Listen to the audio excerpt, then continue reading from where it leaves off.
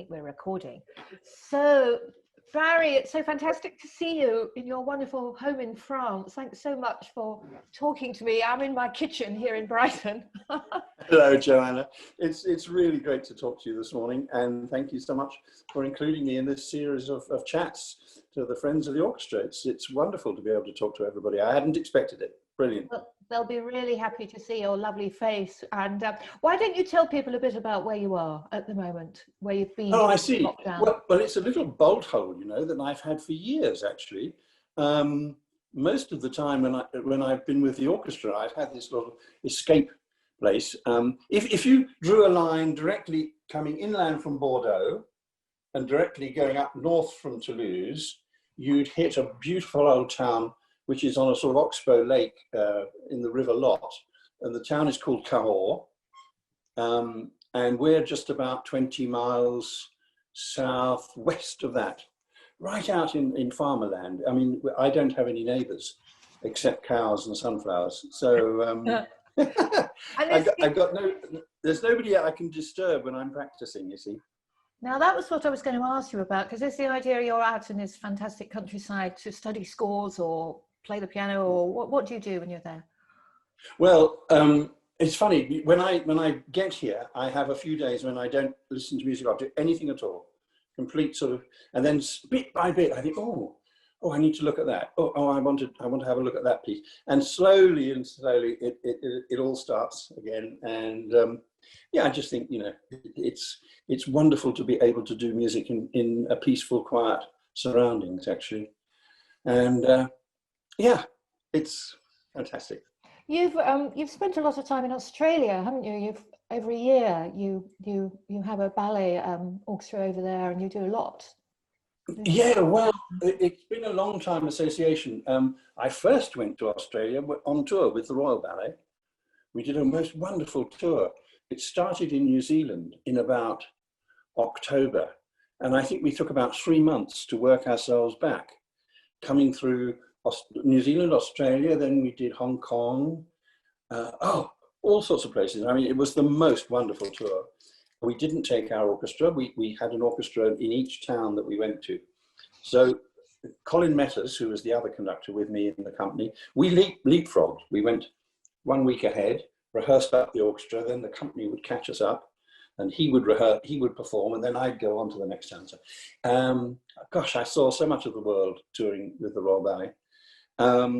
But of course, the Australian Ballet did and still does have a wonderful link with the Royal Ballet. And so after a wee while, they asked me if I'd go out there and guest conduct. And it's been a relationship that's kept going ever since. It's really super. It's a very nice place to go. I've played lots of times in Australia. It's great to be there. I mean, obviously none of us get in and out at the moment of Australia, but no, lovely environment. I was supposed to be back there in June doing something in Melbourne, but of course that's all closed down at the moment. But you probably played a series of concerts with Musica Viva, have you? Actually, I haven't played with Musica Viva. I know the guy who runs it is that very good composer, isn't it, who programs all Musica Viva.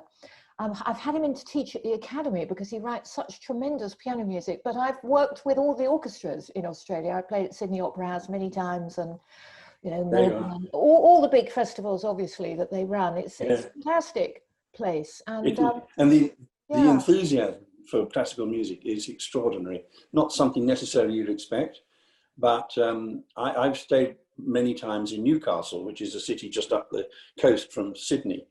Yeah. And the concerts they have there are astonishingly wonderful. Yeah, brilliant. So you and I have worked together. I was thinking about this morning before I was setting all this up. Do you remember we did a Beethoven 4 together at Chichester Theatre? Yes. And I think it was the RPO. I think it was the RPO you were conducting. And it was one of those dates where you turn up and do it. And it was such a pleasure to work with you. You're such a wonderful collaborator. Oh, you're very kind to say that. I have to say to you, in all honesty, that accompanying concerti is for me a great pleasure. I suppose it's not that different from accompanying dancers. The challenge of getting inside somebody else's thoughts about a piece and trying to support them and go with it. I love it. And when I was learning my trade, as it were, with Vernon Hanley and Sir Adrian and so on, they made a great thing about making sure that you give concertos as much time as you give your symphonies. Well, that's quite unusual amongst conductors, because I've worked with loads of conductors who don't do that, and they don't even know the concerto. You know, you can tell they're just busking along a bit until Gosh, they get to the symphony. That must be so aggravating for you as a soloist. I can't imagine, actually, that. It is aggravating, and it actually is aggravating for the orchestra as well, because they're aware of this. The conductor's just turned off. You know, they think they're going to have a break for half an hour or something. And of course, the orchestral writing, often in a concerto, is just as complicated and subtle as what they're going to do in the second half. And so, you know, no, I kind of sit there watching the orchestra feeling rather annoyed as well. But, and especially something like Beethoven Fourth Piano Concerto, it's so intricate between soloist, conductor, orchestra. You know, it's so intimate and sort of communicative, you know, way it flows and ebbs. It's a fantastic piece. So I always remember that performance with you. You were outstandingly collaborative. It was great. Well, that's just so wonderful to know. You cheered me up. Wonderful. Well, listen, we must talk about the orchestra, because of course you are Conductor Laureate, and well, you know, you've been associated with them for so long. Is it over 30 years you've been? I think it was 89, wasn't it, when I started, and it would have been Ronnie Power, who was the chairman of the board at that time. He came to something that I did in Eastbourne with the London Philharmonic Orchestra. And after that, I had a message from him to say, would you like to come down and guest with the Brighton Phil? And in those days, because I was doing a lot of work at Covent Garden already by then, but there isn't anything quite as wonderful as getting out on a stage and doing the repertoire that Brighton did for all those years. No, I love it, and I think it's very special, and I'm thrilled that you're there now to take it forward, new ideas, and breathe new life into it all. Yeah, well, I mean, it's a thrilling thing for me to be asked to do. I mean, really, it's fantastic to have the chance to work closely with an orchestra and to try and build on all the great things that you've done and do some new things as well. And of course, we had this great season ready to go, you know, really lovely season, which of course you were going to be a huge part of as well. And by pure fate, you know, the plug was pulled on it, but we can do all that in a year's time. And meanwhile, yes, indeed. I'm going to focus on the players, you know, do some chamber music. Yeah, well, it's such a challenging time for all of us in the arts. But I think as often, well, it sometimes happens with these situations, one emerges the stronger for it, because it gives you time to think, to decide what's really important. And let's hope that all our artistic theatres and concert halls and so on will survive and will emerge even stronger as a result of the difficulties we've been through. Yes, well, none of us know quite what's going to happen. I think it's going to be a while, and I think in the meantime we've all got to be very creative and resourceful about what we can do, because we know the arts are full of very talented, highly talented people who are not in it for the money, obviously, and they're in it for their love of music and their love of communication. And we do have to work in a different landscape for a little while. I think that's the big issue. And yes, yeah, very well put. I agree with you totally.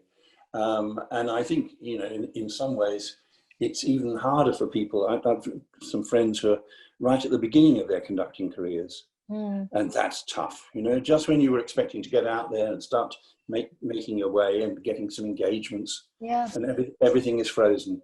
Well, one of the things I've thought about a lot, because I've always been very interested in young performers, those people right at the beginning of their careers who really need quite a lot of experience and help to get going, and they just need to work. When I was very young, I was taken on by YCAT. I was one of the first artists ever to be taken on by YCAT in this country.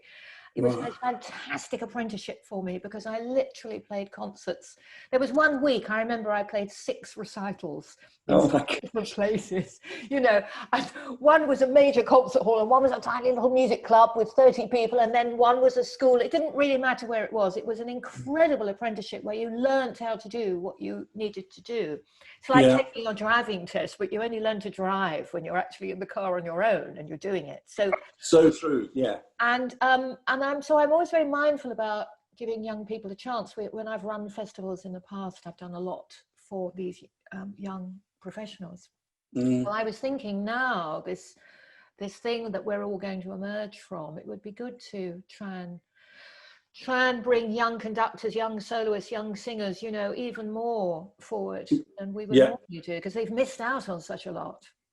Yes, well, I think in many ways, talking, you know, the piano is a wonderful instrument to get recitals going again, because at least you only need one player, and because the piano is so large, you're bound to be a fair distance away from whoever you're playing with, or you're playing solo. Yeah. And so I think this is the age of the piano recital. The Wigmore Hall are doing a lot of things, aren't they? They are. I think it's tough I did a live streamed recital a couple of weeks ago from an empty concert hall, and I really enjoyed it, but it's a very different experience. Obviously, you play in a completely empty hall, so that's very echoey. Yes. And then you've got to be prepared to talk to camera in between the pieces. And that just doesn't suit everybody. I know, I understand, but I quite enjoyed it. And I think... Oh, well done you. I think that's a huge challenge, actually. I haven't done that yet. I'm about to have a concert which will be to an empty hall. And I'm quite interested to see how that works. But I think that one of the things that we're all going to miss is that social element of music making.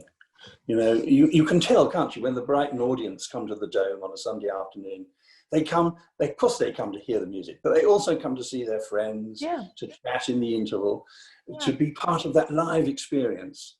And people are going to need that even more when this thing gets under control. Yes, I quite agree. It is a social thing, and having a cup of tea beforehand and seeing your favourite friends and sitting next to people and experiencing the music and all that, and that's definitely got to return in some way. I mean, we're going to obviously all have to live online a little bit and do a bit of both to begin with. And, you know, nobody likes doing stuff online, but all of us have been teaching or talking or interviewing or doing whatever it takes to reach people. Yeah, we've all suddenly become rather good at it, Zoom and everything. I mean, yeah, I did something the other day. Who would have known? With a singer friend of mine in New York. She said, "Oh, you've got a lovely harpsichord, and I want to sing some Dowland. Will you do the accompaniment for me? Record the accompaniment for me." So we set up this thing. We did a transatlantic recording session together. It was great fun. Yeah. Wouldn't want to do it all day, but no, but you just do whatever. What are you going to do in your empty concert hall? What are you going to conduct? Well, you know that you'll know this, that it was a great idea. We started off by thinking of doing the Doreen Carwithen piano concerto, which is a fantastic piece that I haven't done before.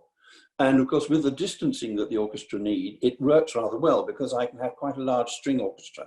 And whereas if I had winds and brass and so on, I would have to cut down on the strings. So the discussion now is to see what we do with that. What's the best piece to go alongside it? But what a fascinating composer. Yeah, absolutely, and what a great idea! What a wonderful idea to do that piece. Was that your idea, or did somebody else sort of suggest it to you, or did you know the work already? No, I didn't know the piece at all, and we were supposed to be doing a concert up in the Malcolm Arnold Festival, and when we couldn't do that, we racked our brains, and our soloist came up with this suggestion. So very nice, and I'm all in favour. And you've done a lot of English music with the BPO, haven't you? I mean, you're sort of known for championing English composers. Yes. I think the thing is that the honest answer is that being a British conductor, it tends to come your way. And I've always loved British music, but I'm a bit of a butterfly and I like to change spots. So I've never been really a specialist conductor. the more variety, the better, as far as I'm concerned, Joanna. You're like me.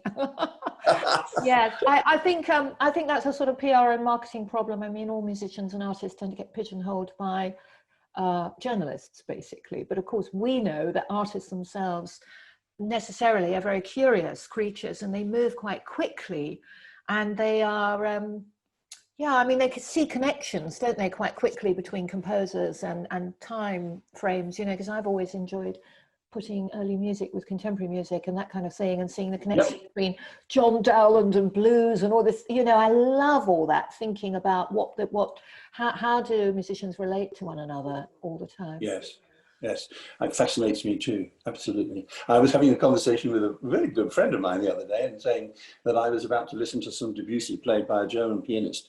And he said, Debussy played by a German pianist? You wouldn't do that, would you? I said, yes, of course I would, why not?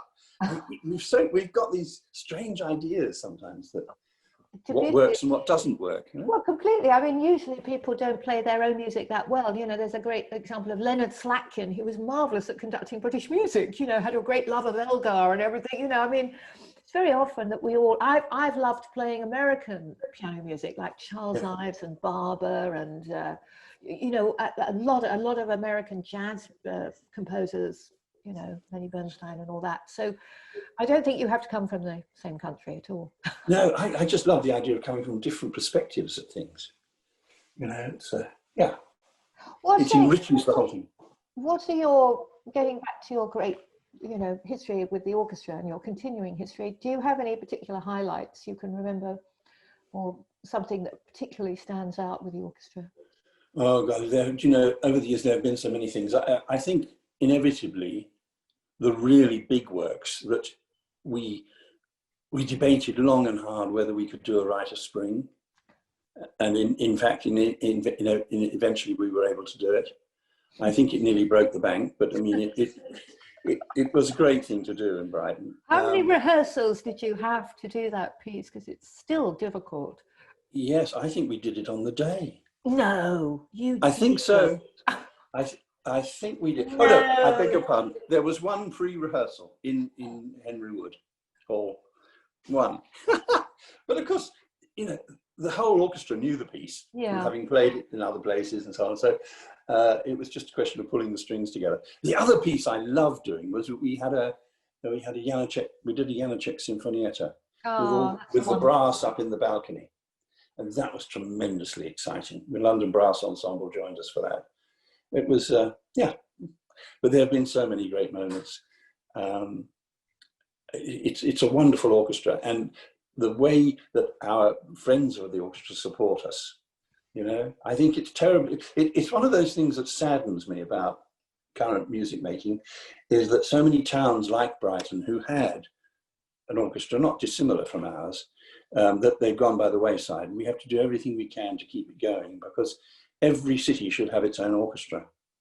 Yes. It's like having a football team. You take a pride and an interest in what belongs to you, what you have on your doorstep. And alongside the visits from all the great orchestras of the world that can come to the Dome, Brighton needs to have its Philharmonic.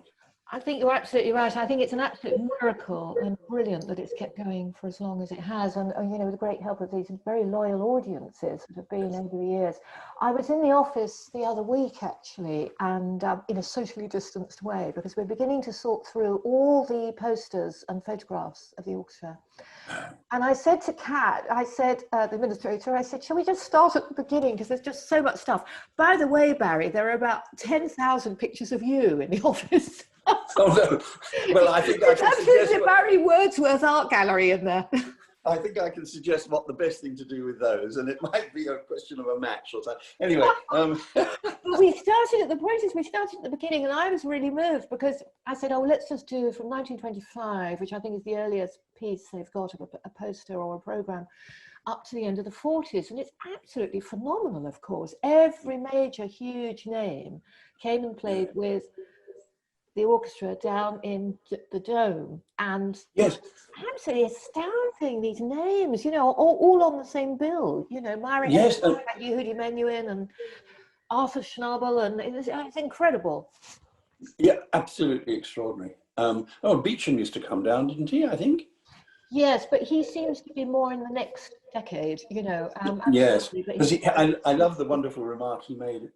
Somebody said, "Oh, well, what's the acoustics like in Brighton in the Dome?" "There are no acoustics," he said. But of course, we're so lucky now. They've improved that hugely yes, since the refurbishment of the Dome. It's yes, not a and bad acoustic now. it's not bad. And when they eventually kind of managed to totally reopen, they've done a lot of work on the smaller spaces as well. And I think what would be fantastic is alongside all the big symphonic concerts of the orchestra, that we can actually take some of those principal players and do smaller things in the other smaller spaces, so that we have even more of the players, you know. Oh, that's wonderful, Joanna. I think that's absolutely right, because you know the hall, is it called the Corn Hall, the Corn Exchange, alongside. That's very good for chamber music. It's a And wonderful acoustic in there, really yeah, beautiful. Yeah. and for small string orchestra staff and things, that works really well. Yeah, well, I think it's just a chance to do more events, because otherwise we're just sort of, you know, doing 7 or 8 massive concerts. That's fantastic, but you know, it doesn't seem, for an orchestra that lives and breathes and grows in the Brighton area, it'd be lovely to do even more stuff. And This is the right way forward. I'm convinced you're right.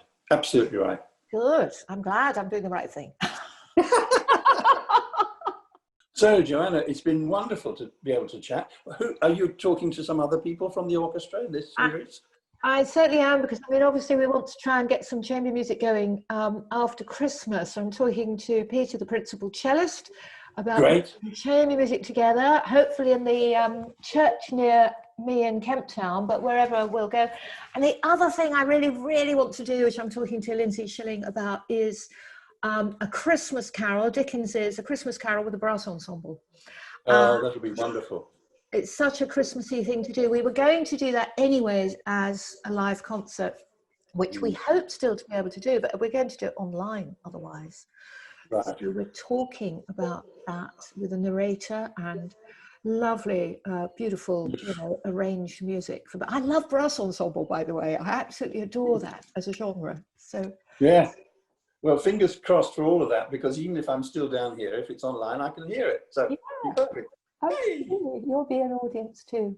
Thank you so much, Barry. You've been just marvellous to talk to. You too. So lovely. Take care. Have a wonderful lunch, and we'll see you very soon. Thanks, Joanna. All the very best. Bye. See you. Bye.